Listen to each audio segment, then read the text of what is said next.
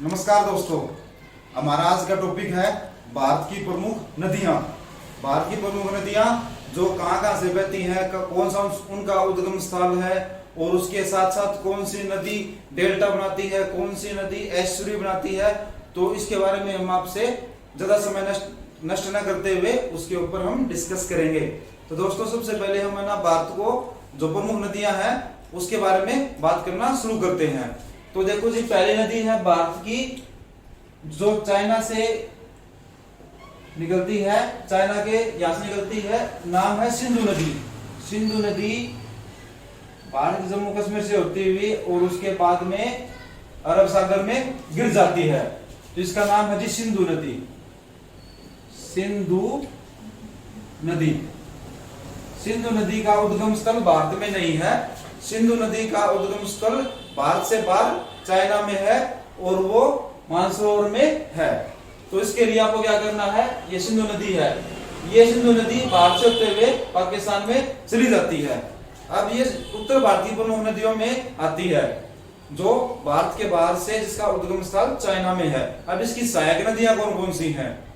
देखिए, इसमें क्या है कि आपकी नदी की लंबाई नहीं पूछेगा आपसे, ना आपसे ये पूछेगा कि ये कहां से कहां बहती है। इसमें ये पूछेगा कि इसकी सहायक नदियां कौन सी हैं, उनकी लंबाई कितनी है, तो इसके ऊपर कौन कौन सी परियोजनाएं लागू हो रखी हैं, तो उसके बारे में हमें इस वीडियो में पता करना है। तो इसकी सिंधु नदी की सहायक नदियां कौन सी हैं, उसके लिए एक ट्रिक बना रखी है, जंडू, बस, रांची, गई। तो जंडू, बस, रांची, गई। तो सिंधु की नदी की सहायक नदियां कौन कौन सी है? जंडू से बन गया झेलम, झेलम। वै से बन गया व्यास, सै से बन गया सतलुज, रा से बन गया रावी और चै से बन गया चिनाब। सिंधु की सहायक नदियां कौन सी हैं? जंडू, बस, रांची, गई। जंडू से झेलम, जैसे झेलम, वै से व्यास, सै से सतलुज, रै से रावी, चै से चिनाब। झेलम, व्यास, सतलुज, रावी, चिनाब। झेलम, व्यास, सतलुज, रावी, चिनाब। ये 1 2 3 4 5 यानी कि सिंधु नदी की कितनी सहायक नदियां हो गई? 5 सहायक नदियां हो गई। सिंधु की सहायक नदी कितनी है? 5 सहायक नदी है। कौन सी है? जंडू, बस, रांची, गई, झेलम, वै से व्यास, सै से सतलुज, रा से रावी, चै से चिनाब। ये झेलम, व्यास, सतलुज, रावी, चिनाब, ये 5 इसकी क्या है? सहायक नदियां हैं। तो झेलम नदी है वो इंडिया से ही निकलती है और ये जाके इधर मिल जाती है। उसके बाद सतलुज नदी है ना, सतलुज नदी क्या है? सतलुज नदी भी भारत से बाहर निकलती है और जाके चिनाब नदी में मिल जाती है। ये चिनाब नदी हो गई, सॉरी, झेलम नदी है, ये चिनाब नदी में मिल जाती है पास जाके। और ये हो गई अपनी सतलुज नदी और ये हो गई अपनी व्यास नदी।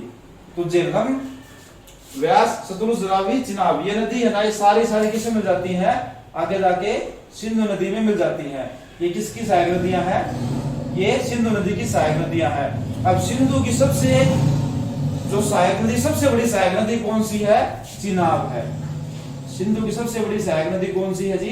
चिनाब है। ये चिनाब नदी, इस चिनाब सबसे बड़ी सहायक नदी किसकी है? सिंधु की है। ये सारी नदियां कहां से मिल जाती हैं? फिर जाके सिंधु नदी में मिलके झेलम, सतलुज, व्यास, ये सारी मिलके सिंधु नदी में मिल जाती हैं। और ये सारी कहां से जाती हैं? फिर पाकिस्तान में जाके अरब सागर में क्या जाती हैं? मिल जाती हैं। अरब सागर में जाके क्या जाती हैं? मिल जाती हैं। तो सबसे बड़ी सिंधु नदी की सहायक नदी कौन सी हो गई आपकी? सबसे बड़ी सहायक नदी कौन सी बन गई इसकी? चिनाब। चिनाब नदी सिंधु नदी की सबसे बड़ी सहायक नदी है।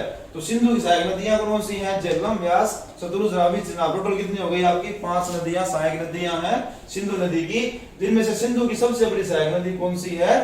चिनाब है। ये सारी झेलम, रावी, सतलुज, ये सारी निकल के चिनाब में मिलती है और चिनाब जाके मिल जाती है सिंधु नदी में और ये जाके मिल जाती है अरब सागर में। तो दोस्तों, आपसे एग्जाम पॉइंट ऑफ व्यू से क्वेश्चन मिलेगा कि ऐसी कौन सी नदियां हैं जिनका उद्गम स्थल भारत में नहीं है, उद्गम स्थल भारत से बाहर है। तो ये हो गई, या कौन कौन सी नदी हो गई, सिंधु नदी, और ये कौन सी होगी आपकी सतलुज नदी। ये दोनों नदियां कहां निकलती हैं जी, ये चाइना से निकलती हैं और फिर आगे जाके पाकिस्तान में से होते हुए अरब सागर में मिल जाती हैं। तो इसमें ये है कि कौन कौन सी परियोजनाएं हैं, कि जो ये ऊपर में जो जम्मू कश्मीर से जो नदियां बहती हैं, इसमें कौन कौन सी परियोजनाएं हैं जो इसमें हैं। तो देखिए इसके लिए है शाहबाज दुल्हन तू झेल, शाहबाज दुल्हन तू झेल। अब ये है महत्वपूर्ण परियोजनाएं, महत्वपूर्ण परियोजनाएं, महत्वपूर्ण परियोजनाएं जो इन नदियों पे बढ़ाई गई हैं। इन नदियों पे कौन कौन सी महत्वपूर्ण परियोजनाएं हैं, शाहबाज दुल्हन तू जेल, सा से बन गया सालाल परियोजना, सालाल परियोजना, वैसे बन गया बल विहार परियोजना, बल विहार परियोजना, सह से बन गया सतलज परियोजना, दुल्हन से बन गया दुल्हस्ती परियोजना, दुल्हस्ती परियोजना, दुल्हस्ती परियोजना, शाहबाज दुल्हन तू जेल, सा से सालाल परियोजना, वैसे बल विहार परियोजना, सह से सतलज परियोजना, दुल्हन से दुल्हस्ती परियोजना।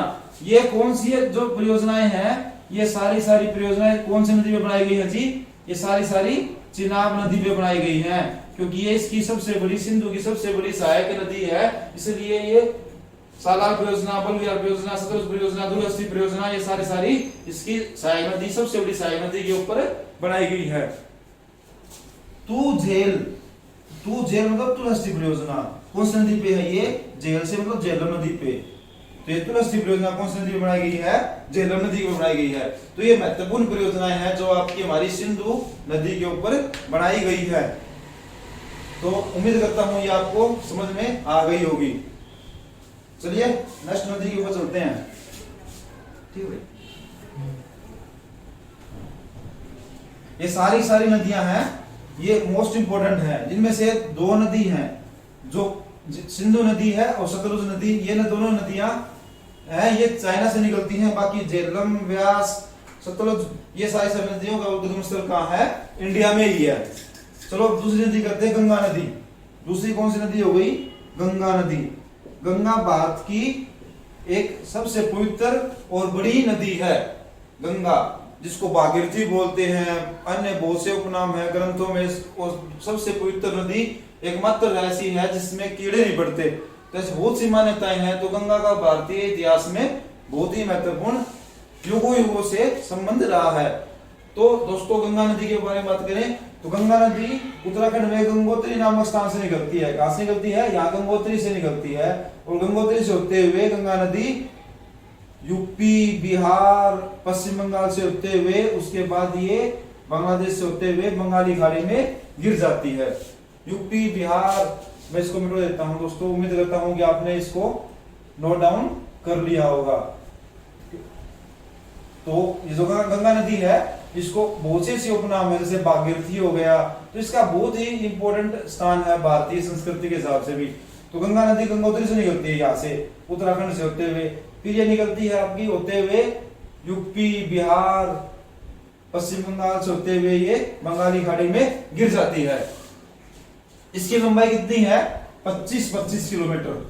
गंगा की लंबाई कितनी है जी, 25 किलोमीटर। एक वीआईपी नंबर मिल गया, 2525 किलोमीटर है। आपको इसको याद करना है, आसान है बिल्कुल। तो गंगा की सबसे बड़ी सहायक नदी कौन सी है, गंगा की सबसे बड़ी सहायक नदी यमुना है, जो यमुनोत्री से निकलती है और यूपी के इलाहाबाद में मिल जाती है। तो ये जो नदी है आपकी, ये कौन सी नदी होगी अपनी, गंगा। और ये कौन सी नदी होगी अपनी, यमुना। तो गंगा की सबसे बड़ी सहायक नदी कौन सी है जी, यमुना है। अब यमुना नदी के किनारे बहुत से शहर बसे हुए, जैसे पानीपत का तो बहुत ही महत्वपूर्ण प्लेस है इंडियन हिस्ट्री में। पानीपत में 3 लड़ाइयां हुई थी जो हरियाणा में है। उसके बाद दिल्ली कैपिटल है हमारी, जो देश का राजधानी दिल्ली है, वो यमुना नदी के किनारे पे है। उसके बाद वो नीचे जाओगे तो आगरा शहर है, वो यमुना नदी के किनारे पे है। तो ऐसे बहुत से शहर हैं जो यमुना नदी के किनारे पे बसे हुए हैं। तो यमुना गंगा की सबसे बड़ी सहायक नदी है। अब उसके बाद है ना, यमुना की भी एक सहायक नदी है जो निकलती है यूपी से, सॉरी एमपी से निकलती है। इसका नाम है चंबल। क्या नाम हो गया जिसका? चंबल। तो चंबल नदी है वो यमुना की सबसे बड़ी सहायक नदी है। गंगा की सबसे बड़ी सहायक नदी यमुना, और यमुना की सबसे बड़ी सहायक नदी हो गई चंबल। चंबल ये हो गया अपना। नेक्स्ट बेतवा, इसका नाम दूसरी नदी कौन सी हो गई? बेतवा। और ये कौन सी हो गई? केन। इसका नाम क्या हो गया? केन। चंबल, बेतवा और केन, ये यमुना की 3 प्रमुख सहायक नदियां हैं, जिसमें चंबल है वो यमुना की प्रमुख सहायक नदी है। अब देखिए इसमें क्या है, इसको याद कैसे करना है? भूल जाओगे तो याद करने का तरीका क्या है? यमुना की सहायक नदियां है ना, तो यमुना का बेतवा, केन, यमुना का बेतवा केन चंबल में है, चंबल में है। ये ट्रिक बना रखी है दोस्तों कि जो गंगा का जो सहायक नदी यमुना की सहायक नदियां कौन कौन सी हैं? तो यमुना का बेतवा केन चंबल में है। यमुना की सहायक नदियां हैं ये कौन कौन सी हैं? बेतवा, केन और कौन कौन सी हो गई? चंबल। यमुना का सहायक नदियां बेतवा, केन और चंबल है। ये कहां पर है? ये एमपी में है। ठीक है जी। यमुना का बेतवा, केन, चंबल। बेतवा मतलब बेटा, बेतवा की बात करते हैं क्या हो गया? अपना बेटा हो गया। तो बेटा क्या हो गया? सहायक छोटा हो गया ना उससे, तो ऑटोमेटिक बेटवा हो गया, केन हो गया। और ये तीसरा कौन सा बच गया? चंबल। ये कहां पर है? ये चंबल में मिलेंगे यमुना के बेटे। तो ये आपकी क्या हो गई? उसकी 3 सहायक नदियां हो गई। उसके बाद एक चौथी सहायक नदी और है इसकी यमुना की, सॉरी गंगा की, जो एमपी के अमरकंटक से निकलती है। एमपी के अमरकंटक से निकलती है यहां से। इस जगह का क्या नाम हो गया आपका? अमरकंटक। अमरकंटक। ये जो अमरकंटक है ना, बहुत ही धार्मिक स्थल है। यहां से एक नदी निकलती है जो बिहार में पटना के पास आके मिलती है। इसका नाम क्या हो गया? इसका नाम सोन है। कौन सी नदी है जी? ये सोन। सोन नदी कहां से निकलती है? अमरकंटक से निकलती है। तो अमरकंटक से निकलने वाली एक सोन नदी हो गई, जो मैं आपको आगे बताऊंगा उसके बाद क्या होता है। तो ये जो इंपॉर्टेंट बात ये है कि ये जो आपकी चंबल, बेतवा, केन, ये अमरकंटक में से कौन सी नदी निकली? ये एमपी में है जी सारी। ये कहां पर है? सोन नदी गंगा में बिहार में जाके मिल गई। तो देखिए ये कौन सी पहाड़ी पे स्थित है? ये जो चंबल, बेतवा, केन है, ये कौन सी पहाड़ी पे स्थित है? तो ये कौन से पहाड़ पे है? ये विंध्याचल पर्वत पे है। विंध्याचल। तो इसी क्या ट्रिक बन गई? ये आपको याद हो गई होगी। मैं इसको एक बार रफ कर देता हूं, स्पेस की थोड़ी सी प्रॉब्लम है। तो दोस्तों जो ये विंध्याचल है ना, तो विंध्याचल भूल जाते हैं। तो देखो विंध्याचल, चल भाई, चल पर्वत चल, कौन कौन चलेगा? चंबल से चल। और कौन चलेगा? यमुना के बेटे कौन कौन है? बेतवा और केन। यानी कि यमुना के जो बेटे हैं वो चलेंगे, यानी कि विंध्याचल से चलेंगे, विंध्याचल पर्वत से चलेंगे। कौन कौन से बेटे थे? चंबल, बेतवा, केन। चंबल, बेतवा, केन जो यमुना के बेटे थे वो चलो।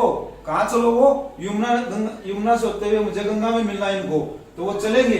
तो कौन से पर्वत से चलेंगे? ये विंध्याचल पर्वत से चलेंगे।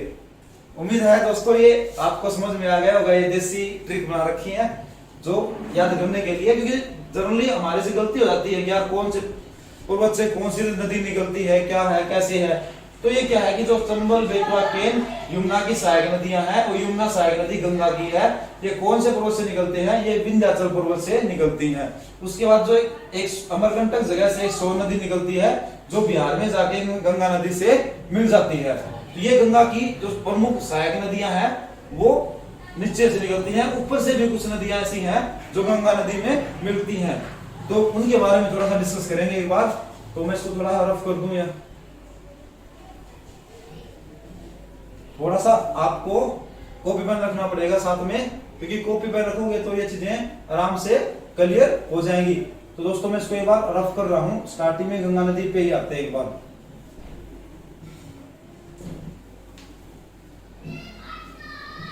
तो यहाँ पे अगर देखा जाए तो अपने पास है मेन, ये गंगा नदी हो गई। ये कौन सी नदी हो गई? अपनी गंगा नदी हो गई, जो यहाँ से गंगोत्री से निकली, उसके बाद यूपी बिहार से होते हुए कहां निकल गई? अपने नीचे आ गई। अब है ना, इसमें एक नदी आती है ऊपर से, उत्तराखंड से निकल के। उत्तराखंड से नदी निकलते हुए आएगी और ये कहां मिल जाएगी? गंगा में मिल जाएगी। ये गंगा है वो बिल्कुल किसकी है? राम की है।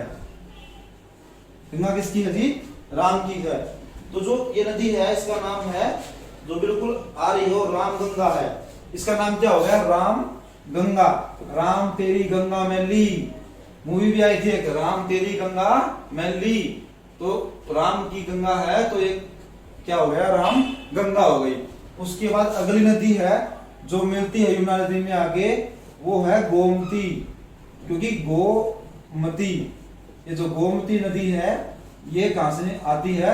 ये नेपाल से होते हुए आती है। तो रामगंगा है ये इधर से अपने उत्तराखंड से आएगी। गोमती नदी है ये गंगा नदी की सहायक नदी है। उसके बाद एक नदी और आएगी, घाघरा नदी। घाघरा नदी है वो भी इधर से निकलेगी, ये भारत में आएगी और आने के बाद ये बिहार में आगे मिल जाएगी। तो ये अयोध्या से पहले है ना, यहाँ पे अयोध्या यूपी में, यहाँ पे अयोध्या मान लेता हूं मैं। तो अयोध्या से पहले है ना, अयोध्या से पहले जो ये नदी है तीसरे वाली, ये रामगंगा ये वाली हो गई, गोमती ये वाली हो गई।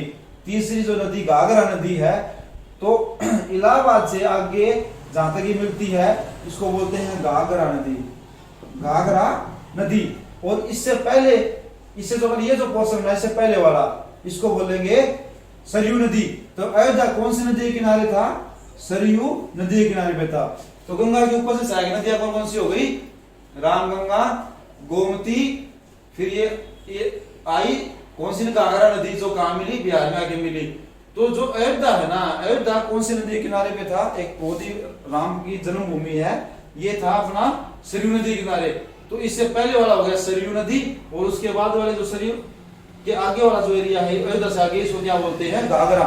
वैसे आजकल इसका नया नाम घाघरा ही हो गया, लेकिन प्राचीन ग्रंथों में इसका नाम क्या है? प्राचीन ग्रंथों में इसका नाम सरयू नदी था। तो ये जो सरयू नदी है ये महत्वपूर्ण है वैसे देखा जाए तो। उसके बाद हम बात करते हैं, बिहार में आते हैं। तो बिहार में है ना, ये बिहार है यहाँ पे। तो बिहार में क्या है? बिहार की जो प्रमुख नदियां है ना, उसमें क्या है कि जो ये जो पोर्शन है बिहार वाला, इसमें दो नदियां और आगे मिलती हैं जो बिहार में आके टच करती हैं। तो बिहार में आके जो दो नदियां मिलती हैं वो कौन कौन सी हैं वो आपको बताऊं। बिहार में जो दो नदियां आगे मिलती हैं, वो एक नदी है अपना, उसमें गंडक, दूसरी है कोसी। मान लो ये अपनी गंगा माता है और ये बिहार में आके मिल गई इधर से, इसका नाम है गंडक। और जो इधर से आके मिल गई उसका नाम क्या है? कोसी। कोसी, कोसी को बहुत ही मतलब बिहार का शोक बोलते हैं। गंडक और कोसी दो गंगा की सहायक नदियां हैं जो ऊपर नेपाल की पहाड़ियों से आती हुई गंगा में मिल जाती हैं। तो जो कोसी नदी है ना, उसको सौरभ, बिहार, बिहार का शोक और बहुत से अन्य उपनामों से जानते हैं, क्योंकि ये धोखेबाज नदी है। एक तो ऊपर पहाड़ियों से इतनी रफ्तार से आती है कि हर बार अपना रास्ता बदल देती है। तो रास्ता बदलने के कारण बाढ़ आ जाती है, हर जगह अफरा तफरी हो जाती है। तो इसको क्या बोलते हैं? बिहार का शोक। बिहार का शोक कौन सी नदी है? वो कोसी नदी है। अब देखिए जो कोसी नदी है वो यहाँ पे आगे बिहार में आगे मिल गई। नीचे से जो यमुना की जो सहायक नदियां थी ये दोनों, ठीक है, ये गंगा हो गई, ये गंगा, ये हो गई यमुना। यमुना ये दोनों मिली कहां पे? इलाहाबाद में। यूपी में कहां जाके मिल गई? इस जगह क्या नाम है? इलाहाबाद। इलाहाबाद। आजकल इसका नाम चेंज हो गया, इसका नाम हो गया प्रयागराज। यहाँ पे तीन नदियां मिलती थी, गंगा, जमुना, सरस्वती। सरस्वती नदी है वो लुप्त हो चुकी है, लेकिन अभी भी वो कहते हैं भूमिगत बहती है। और इसके लिए हरियाणा में तो स्पेशल परियोजनाएं लगा चला रखी हैं कि सरस्वती को दोबारा धरातल पे लेके आएंगे वो। तो सरस्वती नदी भी यहाँ पे मिलती थी। तो गंगा यमुना सरस्वती इलाहाबाद में जाके तीनों मिली। तो ये क्या हो गई, गंगा की प्रमुख सहायक नदियां हैं। अब इसके मैं थोड़ा सा आपको रिवाइज करा दूं कि इस यहाँ पे विंध्याचल पर्वत है, यहां से इसकी 3 सहायक नदियां हैं, बेतवा, केन और चंबल।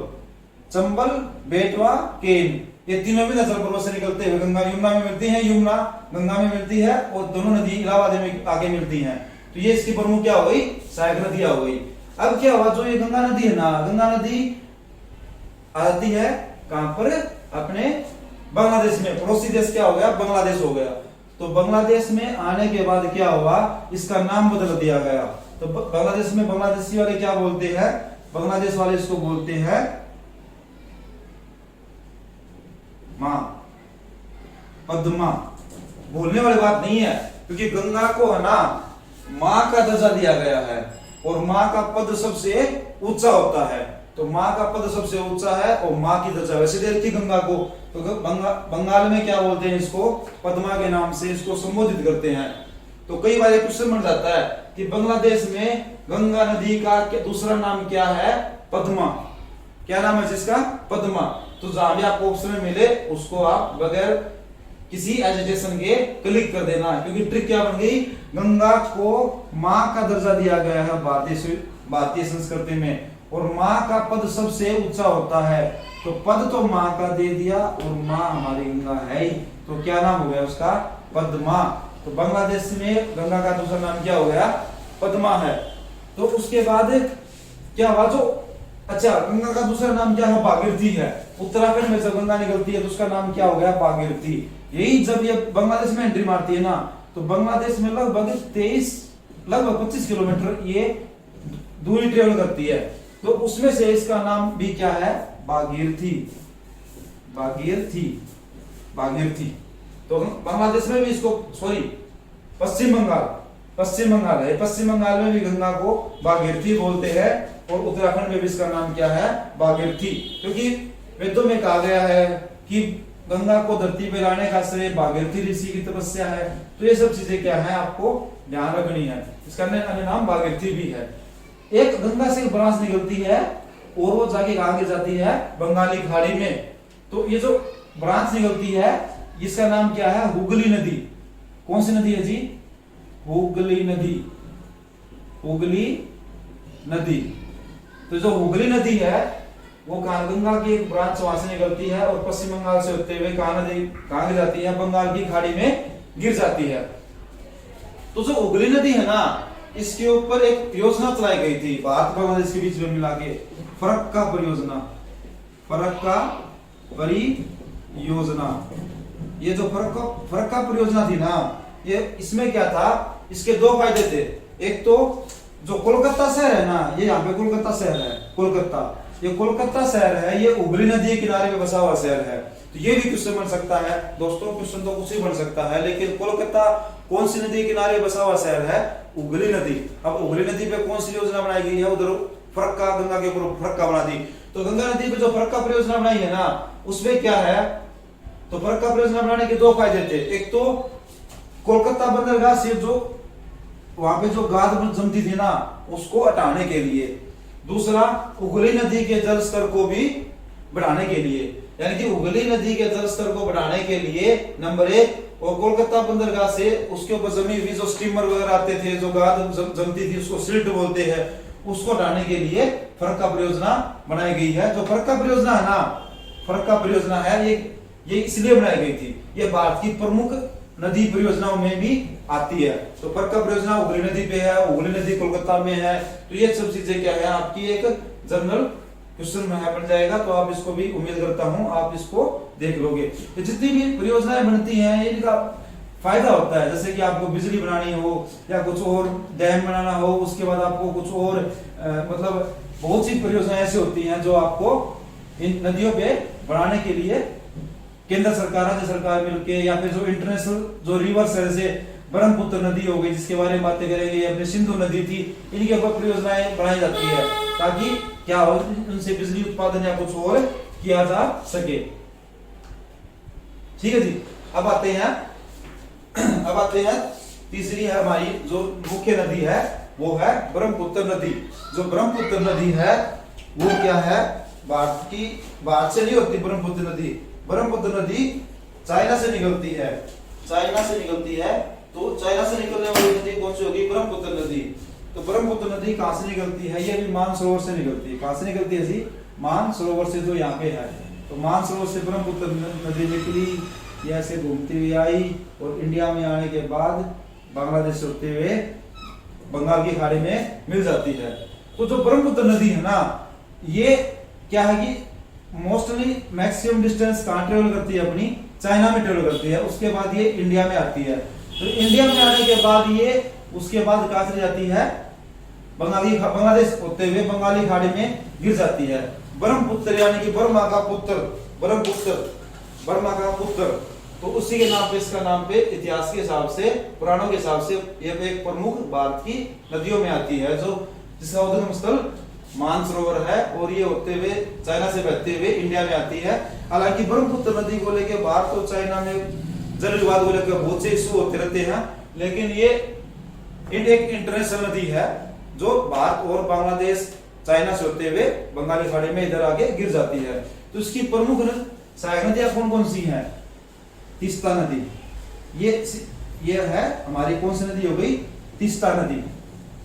तीस्ता नदी, तीस्ता नदी है, ये कौन से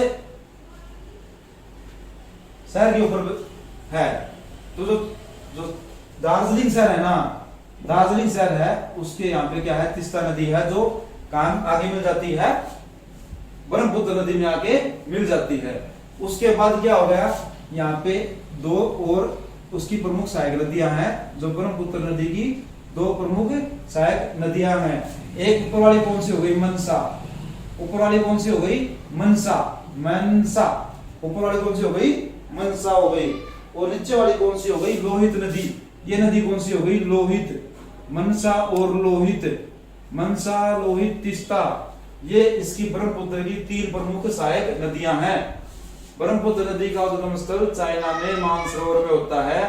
इसको अब ये किसने बनता है, तिब्बत में इसका नाम क्या है, तिब्बत में ब्रह्मपुत्र को क्या बोलते हैं, सांगपो बोलते हैं। क्या बोलते हैं इसको, सांगपो।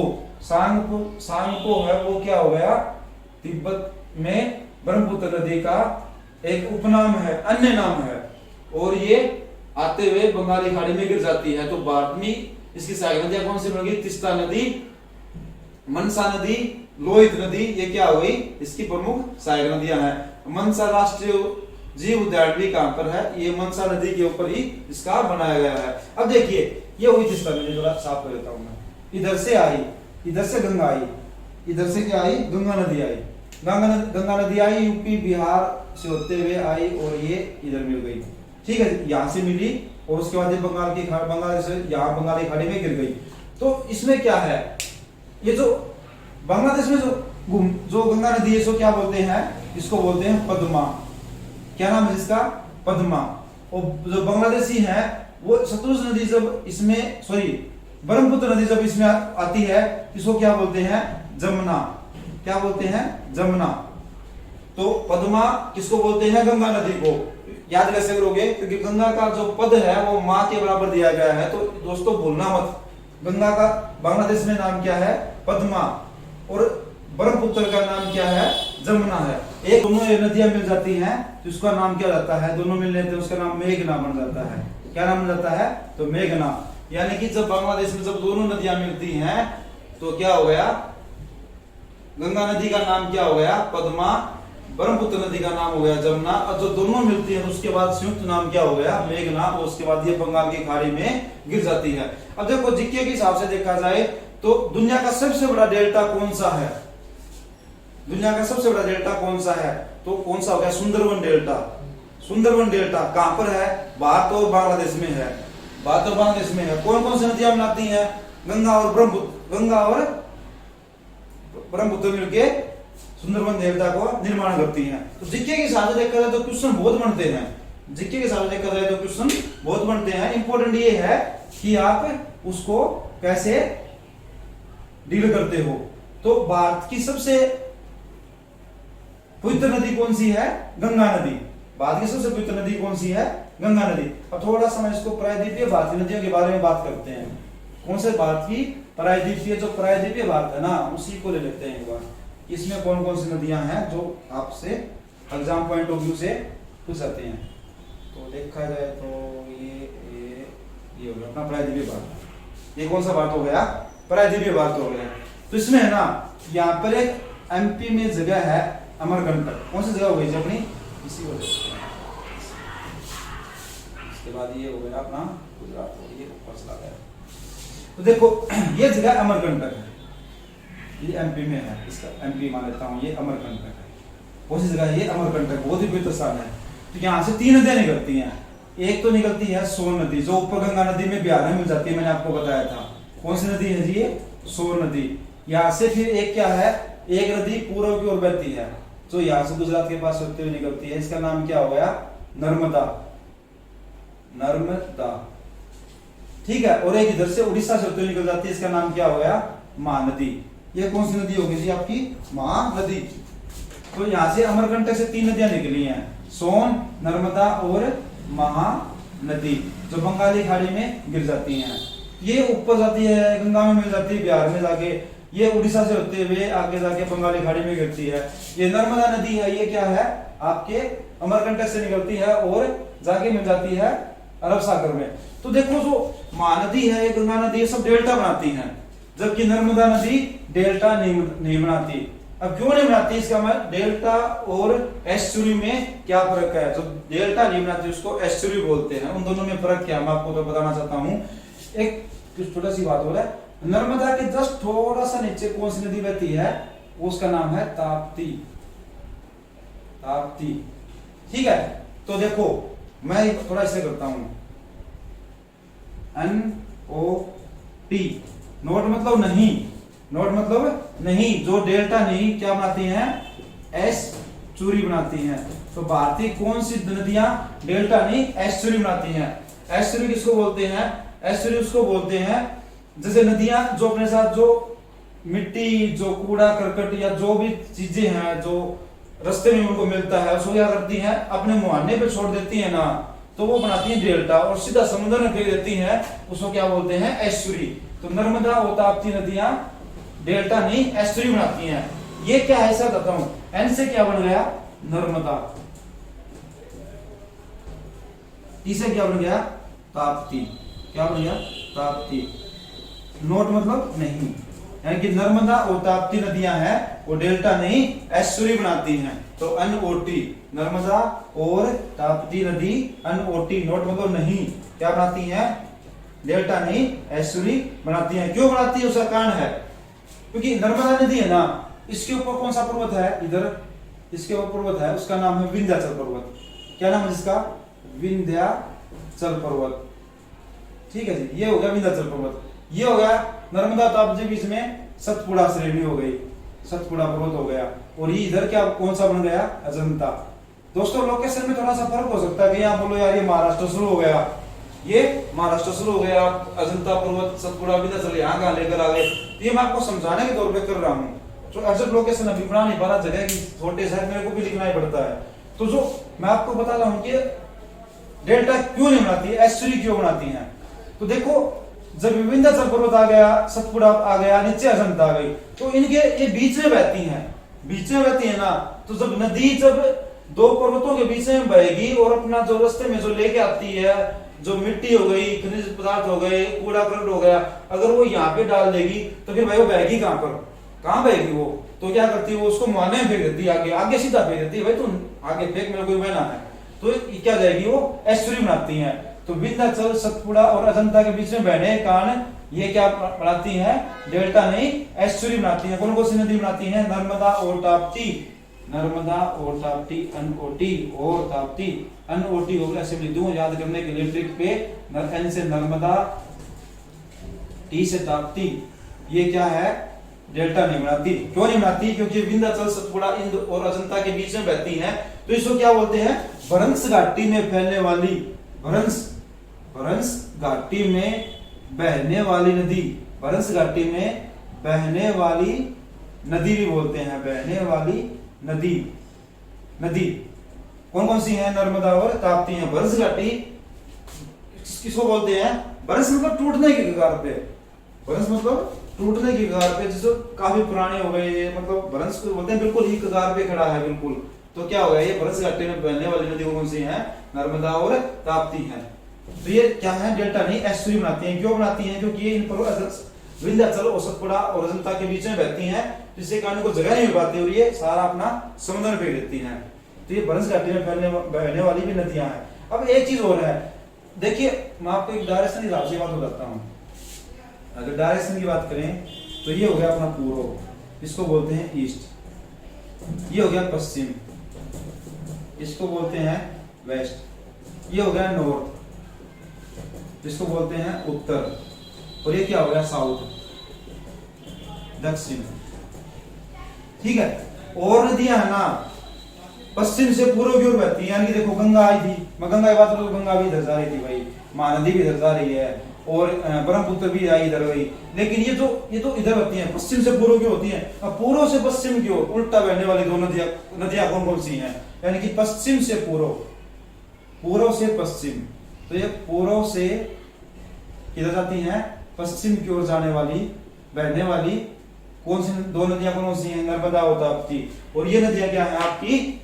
डेल्टा नहीं एस्चुरी बनाती हैं। तो आप एक बार जैसे देखना हो ना तो ऐसे बना दो, ईस्ट वेस्ट नॉर्थ साउथ।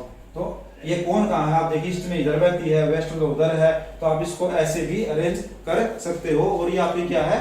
ये डायरेक्शन में भी आपको काम आएगा। तो नर्मदा और ताप्ती दोस्तों याद रखना, ये भारत की दो प्रमुख नदियां हैं जो उल्टी दिशा में बहती हैं और एस्चुरी बनाती हैं, डेल्टा नहीं बनाती। डेल्टा इसलिए नहीं बनाती क्योंकि वो भरस घाटी में बहती हैं, और इन्हीं के उधर क्या है? नर्मदा, इनमें क्या है? उधर प्रॉब्लम ये है कि उधर विंध्याचल और सतपुड़ा की जो श्रेणियां हैं, वो पहाड़ियां हैं, वो क्या करती हैं? हमको उधर बहने नहीं देती।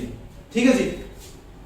उसके बाद आते हैं महाराष्ट्र में। एक बार महाराष्ट्र से, मान लो ये महाराष्ट्र है, इसको मैं कौन सा बोल दूं? महाराष्ट्र बोल देता हूँ। महाराष्ट्र से दो नदियां निकलती हैं हमारी, जो इधर आके ये ऐसे आके एक बंगाली खाड़ी में गिरती हैं। तो इसका नाम है जी गोदावरी। क्या नाम है इसका? गोदावरी। गोदावरी को मैं जी बोल देता हूँ, गोदावरी, गोदावरी जी। जी से गोदावरी, जी से जी वही। तो जो गोदावरी है ना, ये महाराष्ट्र से निकलती है और होते हुए बंगाली खाड़ी में गिर जाती है। तो बूढ़ी गंगा, इसका दूसरा नाम क्या है? बूढ़ी गंगा, दक्षिण भारतीय गंगा, वरिद गंगा, बूढ़ी गंगा, वरिद गंगा, दक्षिण गंगा। दक्षिण गंगा क्यों है? क्योंकि ऊपर है अपनी गंगा नदी। तो गंगा नदी के, अगर ये मान लो गंगा नदी है जिसके कंपैरिजन में दक्षिण में बहती है ये, तो दक्षिण गंगा भी इसको बोलते हैं। तो जो महाराष्ट्र में से होती है गोदावरी, जी से गोदावरी। अब महाराष्ट्र से एक नदी और निकलती है जी, जस्ट इसके नीचे, इसका नाम है कृष्णा नदी। कृष्णा नदी, तीसरी नदी डेल्टा बनाती है। तो कृष्णा नदी है वो क्या है? ये भी महाराष्ट्र से निकलती है और यहाँ के बंगाली खाड़ी में जाती है। तो के से कृष्णा। तो ये क्या है? जीके। अपना टॉपिक क्या है? जीके, जनरल नॉलेज है ना। तो क्या है? जी से गोदावरी, के से कृष्णा। तो ये क्या है? इसको हम क्या बोलेंगे? GK basin. इसका नाम क्या हो गया? GK basin. जीके बेसिन मतलब क्या हुआ? ये एरिया जो है हमारा, इस एरिया में क्या है? गैस और पेट्रोलियम के मुख्य भंडार हैं, इसलिए इसको क्या बोलेंगे हम? GK basin. ये कौन सा टॉपिक हो गया अपना? जीके बेसिन का। ठीक है जी। जीके बेसिन कौन सा हो गया? गोदावरी और कृष्णा के बीच वाला क्षेत्र कौन सा हो गया? GK basin. अब कर्नाटक से निकल के तमिलनाडु से होते हुए एक नदी और निकलती है, उसका नाम है कावेरी करे पुकार, जो सूखने की कगार पे पहुंच गई, कावेरी। तो देखो एक इंपॉर्टेंट टॉपिक ये बना कि जो कावेरी नदी है, जो कावेरी जल विवाद है, कई बार पूछते हैं कि कौन कौन से दो स्टेटों के बीच में कावेरी जल विवाद है। तो कौन कौन से में है? कर्नाटका प्लस में तमिलनाडु। तमिलनाडु और कर्नाटका के बीच में जल विवाद का मुख्य कारण क्या है? अपना कावेरी नदी है। कावेरी जल विवाद बहुत बार पूछा जाता है कि कावेरी जल विवाद कौन से दो राज्यों के बीच में है? ये कर्नाटक और तमिलनाडु के बीच में है। तो जो कावेरी नदी है इसको दक्षिणी गंगा भी बोलते हैं, दक्षिण भारतीय गंगा भी बोलते हैं। क्यों बोलते हैं? क्योंकि ये अकेली दक्षिण में बहती है। देखो गोदावरी को भी दक्षिणी गंगा बोलते हैं, बूढ़ी गंगा बोलते हैं, बड़ी गंगा बोलते हैं। गंगा के कंपैरिजन में बात करोगे तो ये कौन सी होगी? गोदावरी। केवल दक्षिण भारतीय गंगा, केवल दक्षिणी भारतीय गंगा कौन सी हो गई? कावेरी नदी हो गई। तो अब ये है कि कौन कौन सी नदी कौन कौन से पर्वत श्रेणी से निकलती है। तो दोस्तों ये जो नदियां हैं गंगा, यमुना, ब्रह्मपुत्र, सरस्वती, ये जितनी नदियां हैं आपकी, ये ब्रह्मा की रचना है। दुनिया किसकी रचना है? ब्रह्मा की। ब्रह्मा की रचना है ना, तो किसकी रचना है? ब्रह्मदेव की है। तो ब्रह्म, और निकलती कहां से है? पर्वत से। पर्वत को क्या बोलोगे? गिरी। क्या बोलोगे? गिरी। तो ये जो अपनी जो कावेरी नदी है ये कहां से निकलती है? ब्रह्मगिरी से निकलती है। कहां से निकलती है जी? ब्रह्मगिरी पर्वत से निकलती है। कहां से निकलती है? ब्रह्मगिरी से। कैसे याद किया? क्योंकि सब ये दुनिया ये सब किसका रचा हुआ खेल है? ब्रह्मा का। तो ब्रह्मगिरी, तो गिरी पर्वत हो गया, ब्रह्म हो गया, इसका नाम क्या हो गया? ब्रह्मगिरी। मतलब कावेरी नदी कहां से निकलती है? ब्रह्मगिरी से निकलती है। कावेरी नदी कहां से निकलती है जी? ब्रह्मगिरी से निकलती है। अब आ गया कृष्णा, नंबर आता है कृष्णा नदी का। जो कृष्णा नदी महाभारत में, कृष्ण भाई उसी का खेल था सारा महाभारत होना। महाभारत किसने करवाई थी? कौरव पांडव तो अलग बात है, मेन कौन था? कृष्ण था। वो कृष्ण क्या था? कृष्ण महाबलेश्वर था, महाबल, जिस सबसे ज्यादा बल था। तो कृष्ण के अंदर सबसे ज्यादा क्या था? बल था। तो कृष्णा नदी कहां से निकलती है भाई? ये कृष्णा नदी कहां से निकलती है? ये महाबलेश्वर से निकलती है। कहां से निकलती है जी? ये कृष्णा नदी, कृष्णा नदी महाबलेश्वर से निकलती है। महाराष्ट्र ये महाबलेश्वर से निकलती है। महाबलेश्वर से निकलने वाली कौन सी नदी है? कृष्णा। कैसे याद करोगे? क्योंकि कृष्ण में कृष्ण आ गया भाई, कृष्ण जी। तो कृष्ण जी आ गए ना, तो कृष्ण क्या था? महा मतलब बहुत ज्यादा, बल मतलब शक्तिशाली, तो महाबलेश्वर। तो कृष्णा नदी कहां से निकलती है? महाबलेश्वर से निकलने वाली कौन सी नदी होगी? कृष्णा। कावेरी ये ब्रह्मा की सृष्टि है, तो ब्रह्म हो गया। गिरी मतलब पर्वत से निकलने वाली है, तो ब्रह्म गिरी हो गया। उसके बाद आ गया अपना गोदावरी। गोदावरी नदी, गोदावरी नदी कहां से निकलती है? गोदावरी नदी नासिक से निकलती है। कहां से निकलती है? नासिक से निकलती है। ठीक है। अब है ना, जो एक चीज आपको मैं बताना और चाहता हूं, ये उम्मीद करता हूं ये आपको बिल्कुल क्लियर हो गया होगा कि क्या है। ये जो दक्षिण भारत की प्रमुख नदियां हैं, ये गोदावरी, कृष्णा, कावेरी है। ये कावेरी ब्रह्मगिरी से निकलती है, कृष्णा महाबलेश्वर से निकलती है। और ये इन दोनों के बीच का जो डेल्टा जो बेसिन बनता है उसको क्या बोलते हैं? जिक्के यानी गोदावरी, कृष्णा जिक्के बेसिन, जो गैस और पेट्रोलियम के लिए प्रमुख है।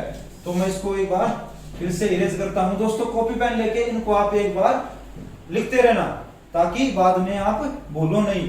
क्योंकि ये जो जिक्के है ये आपको समझने, जैसे मैथ की ट्रिक्स होती है ना, जीके की भी ट्रिक होती है जो आपको मैं बता रहा हूँ। ये ट्रिक्स बनाई हुई है दोस्तों, मेहनत करके बनाई हुई है, और मेहनत करके बनाई हुई है। तो मैं उम्मीद करूंगा कि आप इसको बोलोगे नहीं और इसको आप बिल्कुल याद रखोगे।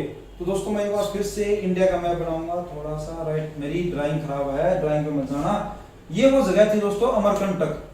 कौन सी जगह थी ये? अमरकंटक, एमपी में अमरकंटक। यहाँ से 3 नदियां निकली, सोन ऊपर चली गई भाई। ये कौन सी नदी हो गई? सोन, जो कहां जाके मिली? गंगा में मिली। ये इधर से एक महानदी निकली, ये कौन सी नदी हो गई? महानदी हो गई।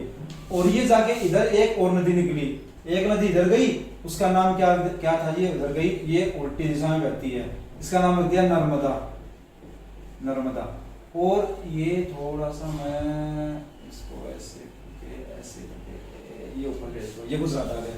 तो यहां से एक नदी और आती है, उसका ये कौन सी नदी आप बताओ जो आके इधर मिलती है?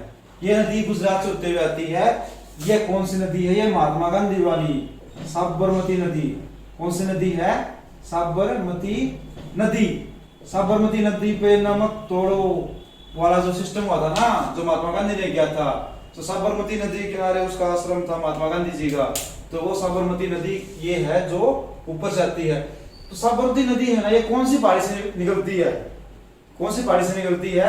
ये साबरमती नदी है, ये अरावली क्षेत्र से निकलने वाली है। और साबरमती नदी कहां से निकलती है? अपने ऊपर से आती है अरावली, जो सबसे पुरानी पर्वत श्रेणी है। अरावली पर्वत श्रेणी से निकलने वाली नदी कौन सी है? साबरमती नदी है। और साबरमती नदी कहां से गुजरात से होते आती है और ये अरब सागर में जाके मिल जाती है। तो नर्मदा, साबरमती, ये सब नदियां इधर आके मिल जाती हैं। तो जो अमरकंटक है, इससे 3 नदियां निकलती हैं। ये गंगा की सहायक नदी, ये महानदी, और ये कोई अपनी नर्मदा नदी। तो जो प्रमुख नदियां है ना, वो उसके ऊपर आपको इंपॉर्टेंट है। अगर मैं आपसे पूछूं कि जो रामगंगा थी, उत्तराखंड में जो रामगंगा, जो गंगा की सहायक नदी है, वो कहां से निकलती है? वो रामगंगा से निकलती है, उत्तराखंड से निकलती है। उसके नीचे कौन सा पार्क है? कौन सा पार्क है? तो कौन सा पार्क है दोस्तों? उसके लिए जिम कार्बेट पार्क है। कौन सा पार्क है जी? देखो मैं दोबारा बना दूंगा एक बार, थोड़ा सा 1 मिनट की बात है। ये ऐसे करते हुए ये थोड़ा सा ड्राइंग खराब है दोस्तों, लेकिन मैं कोशिश कर रहा हूँ, उम्मीद है आप इसको पसंद करोगे। ये मान इंडिया है, ये गंगा नदी निकली, ये निकल गई, यहाँ से रामगंगा निकली, रामगंगा आई और इसमें गंगा नदी में आके मिल गई। तो इसके नीचे यहाँ पे कौन सा पार्क है? यहाँ पे जिम कार्बेट है। कौन सा पार्क है जी? जिम कार्बेट नेशनल पार्क है। जिम कार्बेट नेशनल पार्क है। ये जो जिम कार्बेट नेशनल पार्क है, ये किसके लिए फेमस है? ये बंगाली बाघ के लिए फेमस है। किसके लिए फेमस है? बंगाली बाघ के लिए फेमस है। बिहार का शो कौन सा है? कोसी नदी। और कोसी नदी को नेपाल में क्या बोलते हैं? सप्तकोसी नदी बोलते हैं। सप्तकोसी क्यों बोलते हैं? क्योंकि इसमें 7 नदियां आके मिलती हैं। बांग्लादेश में गंगा नदी को क्या बोलते हैं? पद्मा बोलते हैं। बांग्लादेश में गंगा को क्या बोलते हैं? पद्मा, क्योंकि उसका पद मां के बराबर है। ये किसको बोलते हैं? गंगा को। ब्रह्मपुत्र को क्या बोलते हैं? ब्रह्मपुत्र को क्या बोलते हैं? जमुना बोलते हैं। वो लोग जमुना बोलते हैं। और दोनों से मिलती हैं, गंगा प्लस ब्रह्मपुत्र मिलती हैं, तो क्या बन जाती हैं? वो मेघना बन जाती है। दोनों मिलकर क्या बनती है? ये मेघना। ये क्या है कि दोनों एक दूसरे के नाम है, तो मैं आपको बताऊं। उसके बाद मैं आपको बताऊं कि जो इंपॉर्टेंट चीजें हैं वो ये है कि भारत में प्रवाहित होने वाली सबसे बड़ी नदी कौन सी है? भारत में प्रवाहित होने वाली सबसे बड़ी नदी कौन सी है? वो प्रवाहित होने वाली भारत में सबसे बड़ी नदी कौन सी है? गंगा। गंगा नदी सबसे बड़ी है। इसकी डिस्टेंस कितनी है? 25 किलोमीटर इसकी दूरी है ये टोटल। अब देखिए, अब एक क्वेश्चन ये बन सकता है कि एक ऐसी नदी बताओ जिसका उद्गम भी भारत में हुआ हो और जो फिनिश भी भारत में हुई हो, और भारत में सबसे ज्यादा दूरी ट्रेवल करने वाली नदी कौन सी है? देखो, मतलब स्टार्टिंग पॉइंट भी क्या है? स्टार्टिंग पॉइंट भी क्या है? इंडिया है। और मान लो फिनिशिंग पॉइंट ये है, ये फिनिशिंग पॉइंट, मतलब यहां से स्टार्ट होके भाई और ये चली गई। ये मतलब ये स्टार्टिंग पॉइंट फिनिशिंग पॉइंट दोनों इंडिया में हो। और सबसे बड़ी नदी कौन सी है? तो दोस्तों गोदावरी नदी है। गोदावरी, जिसको वर्ध गंगा कहते हैं, बूढ़ी गंगा कहते हैं, दक्षिण भारतीय गंगा कहते हैं। ये कौन सी नदी होगी? अपनी गोदावरी नदी। अब गोदावरी नदी है, ये क्या है? ये इसकी लंबाई कितनी है? 1465 किलोमीटर। इसकी लंबाई कितनी है जी? कभी कभी पूछ लेते हैं, तो इंपॉर्टेंट मैं आपको बता रहा हूं। इसकी लंबाई कितनी है? 1465 किलोमीटर है। भारत की सबसे लवण नदी कौन सी है? लूनी नदी।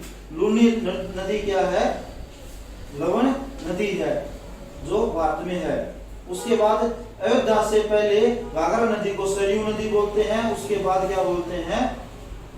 अयोध्या के बाद घाघरा नदी बोलते हैं। अब देखो, एक चीज और है मैं आपको बताना चाहूंगा दोस्तों। ये जो 1960 में है ना, 1960 में एक भारत और पाकिस्तान के बीच में 1960 में एक समझौता हुआ था। कौन सा हुआ था? भारत किसके बीच में हुआ था? भारत और पाकिस्तान के बीच में समझौता हुआ था। उसका क्या नाम था? सिंधु जल समझौता। सिंधु जल समझौता भारत और पाकिस्तान के बीच में हुआ था, 1960 में हुआ था। इसमें यह डिसाइड हुआ था कि भारत है वो सिंधु का 20% लेगा और जो पाकिस्तान है वो 80% लेगा।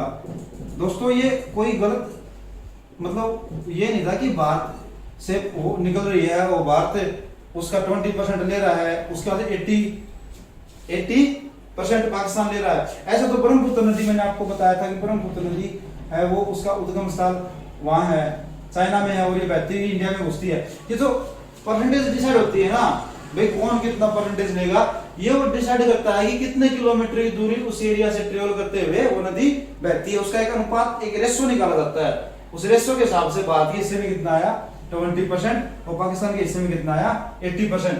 तो सिंधु जल समझौता है भारत पाकिस्तान के बीच में हुआ था 1960 में, जो कभी कभी हमारे बीच में एक मुख्य समझौतों में से एक है और इसमें कभी कभी दोनों के बीचों में आपसी मतभेद हो जाते हैं। देखो दोस्तों, पड़ोसियों के साथ कभी भी हमें लड़ाई नहीं करनी चाहिए। हमारा मुख्य क्या है, वसुधैव कुटुंबकम, सजीव और जीने दो की रीति पे हम लोग क्या करते हैं, विश्वास करते हैं। तो दोस्तों उम्मीद करता हूं कि ये जो वीडियो है आपको पसंद आई होगी, और अगर वीडियो पसंद आई हो तो दोस्तों हमारी मेहनत को देखते हुए आप इसको लाइक और चैनल को सब्सक्राइब कीजिए। इसी के साथ ही आपका दिन शुभ रहे, शुभ रात्रि। Thank you.